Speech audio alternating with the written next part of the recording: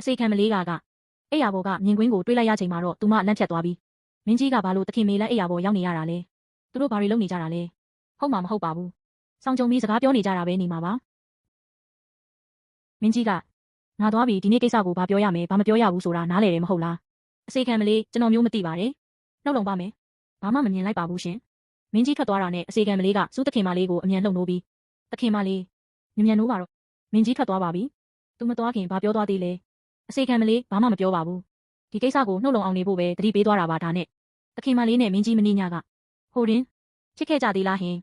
ဘာမှမဖြစ်ပါဘူးဆိုကဲပါအဝေးစားမြန်လဲပြီးတော့မဟုတ်ရင်အမေစိတ်ဆိုးတော့မယ်တစိတ်ပြားကိစ္စကိုလည်းအမြန်ဆုံးစုံစမ်းပြီးဖြေရှင်းရှာရအောင်မယ်ငါမှအချိန်တလပဲကြံတော့တယ်နောက်2ရက်နေရင်ဟန်းရှန်အကြောင်းတော်ကိုဖျားဖူးသွားကြမယ်နင်တို့မောင်နှမ3ယောက်လုံးလိုက်ခဲ့ရမယ်မေသမီးမလိုက်လို့မရဘူးလားဟင်မရဘူးမဖြစ်မနေလိုက်ရမယ်တစ်ဖက်မှာလည်းမင်းကြီးရဲ့လူယုံဝိုင်းဖင်ကသတင်းလာပို့ပြီးစုအိမ်တော်ဘက်ကပါသတင်းထူလဲစက်တခင်မလေးကတစိတ်ပြားကိုလိုက်ရှာနေပါတယ်အိမ်တော်တစ်ခုလုံးနေရအနှံ့ရှာနေပေမဲ့ဘာသေးလုံဆောင်မှမရသေးပါဘူးပြီးတော့ပိုဟဲဆိုတဲ့လူကလည်းအဲ့ဒီညကလေးကတခင်မလေးခန်းထဲချိန်မချတော့တလို့နှစ်ယောက်ကြားမှာလည်းအဆက်အသွယ်မရှိတလောက်ပါပဲအဲ့ဒီမိန်းကလေးကညနေနေရှိုံနေမကဘူးသူ့ဘေးကအစေခံမလေးကလည်းခေါင်းတိတ်မကောင်းဘူးငါများထားတဲ့ငါလက်မသွားအောင်ပဲတေချာစောင့်ကြည့်ထားမင်းကြီးကစူးတခင်မလေးအန်ဒီရဲ့ဖြစ်မှာစိုးရိမ်နေတာမဟုတ်လားခင်ဗျာမင်းစကားတွေတိတ်တက်နေတယ်ပေါ့နောက်ထပ်2ရက်ကြာပြီးနောက်နေရာအနှံ့ရှာဖွေခဲ့တော့လဲတစိတ်ပြားကိုမတွေ့ရသေးပေကြန့်ရှိနေဒီမှာဟဲ့သားမိနေထိုင်ရနေရတခုလဲတာဖြစ်သည်ထိုအချိန်တွင်အစေခံမလေးကတခင်မလေးလေးတခင်လေးရဲ့နဲ့အင်းရှိတခင်ကြီးတို့မြင်းစည်းကွင်းဘက်ကိုအပြင်ထွက်သွားကြပါပြီနေ့လေကြော်မှပြန်ရောက်မှာပါဒါဆိုခွင့်ရေးပဲဟဲ့တခင်လေးမရှိတော့သူ့အမေစီသွားတွေ့ပြီးစုံစမ်းရမယ်လိုက်စေငါတို့လိန်ဖင်ခမ်းမဘက်အမြန်သွားကြစို့လိန်ဖင်ခမ်းမရောက်တော့မေ့လဲနေတဲ့ဟဲ့တခင်မကြီးကိုတွေ့သွားပြီးတတိထားပါအောင်လေဆိုင်မြန်သွားပြီးဆေးဆရာသွားပင်းချီဆေးဆရာရောက်လာပြီးအချိန်မီအစိုက်ကုသပေးနိုင်ခဲ့လို့အသက်ဘေးကလွတ်သွားပါတယ်တနေကုန်ဖျားဝတ်ပြုနေတဲ့ဟဲ့တခင်မကြီးရဲ့လက်ဖွားတွေကဘာလို့ဒီလောက်တောင်ကျန်းနေရတာလဲဟဲ့တခင်မကြီးတက်တာရဲ့လားဟင်မလှုပ်ပါနဲ့ဦးငိမ့်ငိမ့်လေးနားနေပါစူးအိမ်တော်ကသမီးလေးကျေးဇူးတင်လိုက်တာကွယ်သမီးလေးဒါမကဲရင်အမေကြီးတေတော့မှာမေဘာဖြစ်တာလဲစူးအိမ်ကသမီးလေးကငါအသက်ကိုကယ်ပေးထားတာကွယ်စူးတခင်မလေးကိုကျေးဇူးတင်ကြောင်းတေချာပြောလိုက်ဦးလွတ်ဆန်းမင်းယူနေလားဘာလုပ်တာလဲမင်းတော်သားထွက်ချင်ငါစီပဲလာထွက်ငါအမေကိုဘာမှလာမထီးနဲ့ဟိခဲနင်နင်ယူနေတာလားငါသားဒီနေ့မရောက်လာရင်နင့်အမေဖះเจ้าဆောင်ထဲမှာတည်နေပြီနင်ကျေးဇူးမတင်တဲ့အပြင်ငါ့ကိုတောင်ပြန်ဆွဆွဲနေသေးတယ်ပေါ့နင့်အမေအသက်ကိုငါကယ်ခဲ့တာနင်ငါ့ကိုဒူးထောက်ရမှာသိရဲ့လားမင်းကိုဒူးထောက်ရမယ်ငါအမေကိုကယ်တဲ့ကျေးဇူးကိုအမြဲတမ်းခေါင်းစဉ်တက်မပြောနဲ့တော်ပြီနင်မမြင်ချင်ရင်နောက်တစ်ခါငါဒီကိုချိန်မချတော့ဘူးဒါနဲ့မင်းရဲ့စုရုံကစိတ်ဝင်စားဖို့တိတ်ကောင်းတာပဲနော်တရက်ကိုငါစီစာ3-4ဆောင်တောင်ပို့တာသူ့အမေရမ်းချုပ်ချဲတဲ့အကြောင်းတွေကြီးပြပြီးရင်ဖွင့်တာလေနေပါဦးမင်းငါစီကနေစုပွင့်အကြောင်းကိုသတင်းနိုင်မလို့လားသူကငါအတွက်တော့စိတ်ဝင်စားစရာကစားစရာအယုတ်တစ်ခုတက်တက်ပဲဟွန်းကစားစရာဟုတ်မဟုတ်တော့မသိဘူးပေါ့နော်ဒီတစ်ခါသူ့စာထဲမှာမင်းကြောင်းပါတယ်ဖတ်ကြည့်အောင်မလားငါမှအဲ့ဒီလောက်အားရမနေဘူးဒါဆိုလဲငါသွားပြီစုရုံကငါအကြောင်းပြန်စာကိုစောင့်နေတာမင်းသမီးရေကျမဒီနေ့မြင်းစည်းကွင်းကိုခိုးသွားပြီးအကုတ်ကိုသွားကြည့်တာသူ့ဘောလုံးကစားတာကတကယ်ညံ့တာပဲဟိုရန်ချမ်းစီမှာ3-9 တောင်ဆက်တိုက်အတွင်းခံလိုက်ရတယ်ဟာဟာ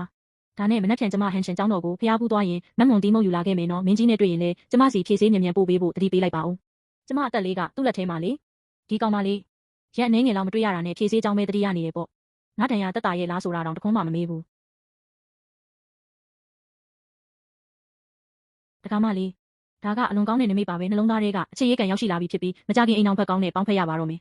ရုံကစိတ်ထဲမှာဇလန်းကအချိန်ကိုက်နေပြီငါကဇက်ဖို့ဆက်ရံပဲအမြန်လင်းမှဖြစ်မယ်မေအမေကျောင်းတော်လာရဲဆိုလို့လာကြိုတာပါစသခင်မကိုလည်းဂါရဝပြုပါတယ်ခင်ဗျာမယင်ဒါမင်းငယ်ငယ်ကတွေ့ဘူးတဲ့ရုံညီမလေးလေးမှတ်မိသေးလားလူကြီးတွေကတမင်ခွင့်ရေးပေးတဲ့အနေနဲ့နှစ်ယောက်ထဲမှမွန်ပန်းသွားကြည့်ဖို့လွှတ်လိုက်ကြပါတယ်ဆိုရုံမင်းဘလောက်ပဲလိမ္မာတလို့ဟန်ဆောင်ပါစေငါ့ကိုလှည့်စားလို့မရဘူးမင်းကအစိတ်ပြင်းပြီးလုံးမဆိုတာငငယ်ကလေးကငါသိတယ်ဒီလက်ထပ်ပွဲကိုငါလုံးဝသဘောမတူဘူးမင်းပြန်ရောက်ရင်အဆင်မပြေဘူးဆိုပြီးအန်တီကိုအကြောင်းပြချက်ရှာညင်းလိုက်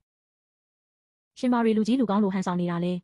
ေရှင်ကျမကိုသဘောမကျဘူးဆိုရင်ရှင်းရှင်းလေးပဲရှင့်အမေရှေ့သွားပြီးရှင့်ဘာသာရှင်သွားညင်းလိုက်ကျမကိုတော့လူဆိုးလာမလုပ်ခိုင်းနဲ့ကျမနာမည်ပြက်နေတာကြာလှပြီးအိမ်အောင်မကြလဲကိစ္စမရှိဘူးရှင့်အမေကကျမကိုကြိုက်နေတော့ရှင့်စီရောက်လာရင်ရှင့်အိမ်တစ်ခုလုံးမငြိမ်မသက်ဖြစ်အောင်ကိုလုပ်ပြအောင်ပါ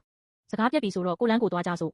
အာငွေကြီးဖယ်ကြပါရုပ်ရုပ်တဲတဲဖြစ်ရင်ဆူရုံကခင်မရင်ကိုတိုးမိသွားရာသူ၆ထဲသို့ပြုတ်ကျသွားပါတော့တယ်ဆူရုံမင်းတမင်လောက်တာမဟုတ်လားမတော်တဆတိုက်မိသွားတာပါဆိုခဏဆောင်နေဦးလူနဲ့ကြိုးသွားရှာပြီးလာခဲ့မယ်ဘသူလဲထွက်လာစမ်းနောက်ကိုခိုးကြောင်ခိုးဝက်လာလုပ်တဲ့သူထွက်ခဲ့ဟင်းရှင်းချဝင်းမင်းရဲ့အစွမ်းတွေကိုအကုန်မြင်လိုက်ရတာပဲသူကအရင်စကားရိုင်းရိုင်းပြောပြီးငွေနဲ့၆လို့နည်းနည်းလေးပြန်လစားချေလိုက်တာပါဒါနဲ့ရှင်ကဘာမှမမြင်တယ်လို့နေပေးမယ်မို့လားငါနှုတ်ပိတ်ခမနေဘူးနော်မင်းလက်ထဲကလေးခွာလေးနဲ့ပေးရမယ်ဒါကအပြင်းပြေလောက်ထားတာပါရှင်ကြိုက်တယ်ဆိုရင်နောက်မှပိုကောင်းတာတစ်ခုလုပ်ပေးပါမယ် ငါဒါလေးကိုပဲသဘောကျတယ်မင်းငါကိုသဘောကျတယ်ဆိုပြီးဒါလေးတောင်မပေးနိုင်ဘူးလားအဲ့ဒါကအရင်ကမသိနားမလဲချိန်ကကိစ္စပါအကုန်မေးလိုက်ပါတော့နော်ကောင်းပြီလေဒါဆိုအရင်ကမင်းကငါမကြိုက်ဘူးလို့ပြောခဲ့တဲ့စကားတွေရောမင်းမေ့ပေးနိုင်မလားအရင်ကကိစ္စတွေအကုန်မေ့ပြီးငါတို့အစကနေအစ်စ်ပြန်စားကြမယ်ဒီအကြည့်ကဘာသဘောလဲဝတ္ထုထဲမှာဆိုရင်သူကငါ့ကိုအမြဲရှောင်ပြေးနေတာလေအခုကြမှာဘာလို့ငါ့ကိုစိတ်ဝင်စားလာတာလဲဇလန်းတွေလွဲကုန်ပြီလားတခင်မကြီးခင်ကြီးကျမတို့တောင်ပေါ်မှာငွေကြီးနဲ့တွေ့ခဲ့တယ်ရှင်မိုင်းအကိုကကျမကိုကာကွယ်ပေးရင်6ထဲချေချောကြသွားလို့ပါ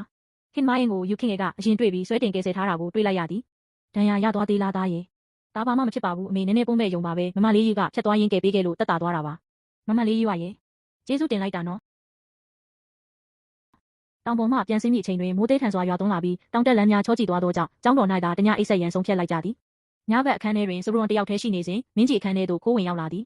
ငါ့ကိုလွမ်းနေတာလားလမ်းလိုက်တာဒီယူကဘာလို့ဒီရောက်နေတာလဲလူတွေမြင်သွားရင်ဘယ်လိုလုပ်မလဲဖယ်ဆန်းပါဘသူမြင်မှကြောက်နေတာလဲမမွန်တော်ထဲမှာလမ်းလျှောက်နေတာရောလေးခွန်းနဲ့လူကိုပြစ်တာရောပြီးတော့ရှင်းရှုံးရည်နဲ့တစ်ပင်အောက်မှာဖက်လဲတကင်းဖြစ်နေတာရောငါကုန်မြင်နေ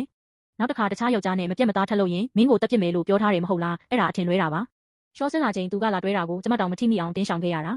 ကျမစိတ်ထဲမှာမင်းကြီးတယောက်တည်းရှိတာပါရှင် Run အိပ်ပျော်ပြီလားနေ့လေကချော်လဲသွားတာတွေ့လို့ဒဏ်ရာအတွက်ဒဏ်ကြေးစေးလာပို့ပေးတာပါ Run ရဲလားခေါ်တာချိုတာလှချီလားမလိုပါဘူးကျမဘာဒဏ်ရာမှမရထားပါဘူးစေးကိုပဲပြန်ယူသွားပေးပါသူကြားသွားမှဒီလောက်တောင်ကြောက်နေတာလားတကောင်ရန်ကြီးအပြိုစင်တယောက်ရဲ့အခန်းထဲယောက်ျားတယောက်ခိုးဝင်နေတာလူတွေသိရင်ကျမဘယ်လိုမျက်နှာပြရတော့မှလဲငါစကားကသာအမိန်ပဲဘသူ့ကိုဂယူးဆိုင်ရမှလဲဒီနေ့ဘယ်နာထိခိုက်မိတာလဲစုံရွန်ခြေထောက်ပုံးမဲ့ဒဏ်ရာကိုမြင်သွားတော့အခါမင်းကြီးကမြင်သာစွာထိုင်ပြီးဆေးလိမ့်ပေးပါတော့သည်မင်းကြီးကျမအတွက်ဖြည့်ဆေးယူလာပေးရဲ့လားဟင်မင်းလိမ္မာရင်ဖြည့်ဆေးကမင်းအတွက်ရှိပြီးသားပါဒါပေမဲ့ဒီနေ့မင်းကကိုဒေါသထွက်အောင်လုပ်ခဲ့တယ်လေငါ့ကိုတေချာမျက်နှာလိုမျက်နှာရလုပ်ပြရင်တော့စဉ်းစားပေးမယ်ဆိုရိုဝင်အန်အားတင်စွာဖျားရည်ဘသူကသူ့ကိုဒီလိုစေးတိုင်နေတင်ပေးလိုက်တာလဲသူပါအနာဂတ်ကနေကူးပြောင်းလာတာလားသူ့ကောင်းထဲမှာအခြေဝတ္ထုတွေဘလောက်တောင်ဖတ်ထားလို့ဒီလိုတွေလုပ်နေတာလဲမင်းကြီးငါ့ကိုပြုစုတာသဘောကျတယ်နောက်တစ်ခါဆိုရင်ဒီထက်ပိုချိုးတဲ့ဆေးပေးမယ်ကျမအိတ်ချင်နေပြီမင်းကြီးပြန်တော့တကားတေချာပိတ်သွားအောင်နော်ဘသူကပြန်မယ်ပြောလို့လဲRun